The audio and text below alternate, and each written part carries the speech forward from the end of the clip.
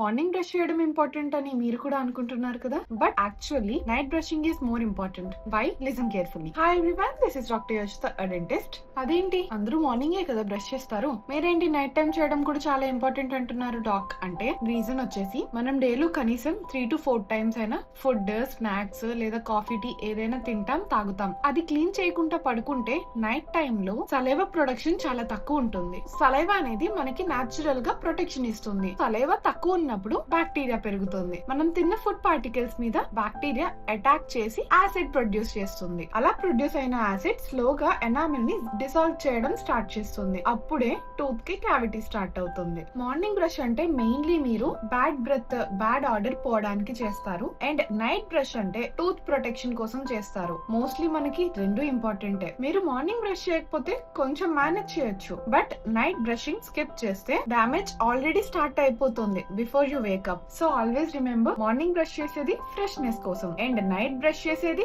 Health కోసం, tooth protection కోసం. మనం పడుకునే ముందు బ్రష్ చేసి పడుకుంటే బ్యాక్టీరియా ఫుడ్ పార్టికల్స్ మీద అటాక్ చేయలేవు. సో అప్పుడు మన ఓరల్ క్యావిటీ కూడా నీట్ గా ఉంటుంది అండ్ మనకి ఏ క్యావిటీస్ కూడా స్టార్ట్ అవ్వవు. సో ఇక్కడ నేను ఇచ్చే అడ్వైస్ ఏంటి అంటే, never sleep without brushing your teeth. ఇలాంటి మరిన్ని డెంటల్ అవేర్నెస్ వీడియోస్ కావాలి అంటే comment down and follow your dentist Yochitha and keep smiling and take care. By.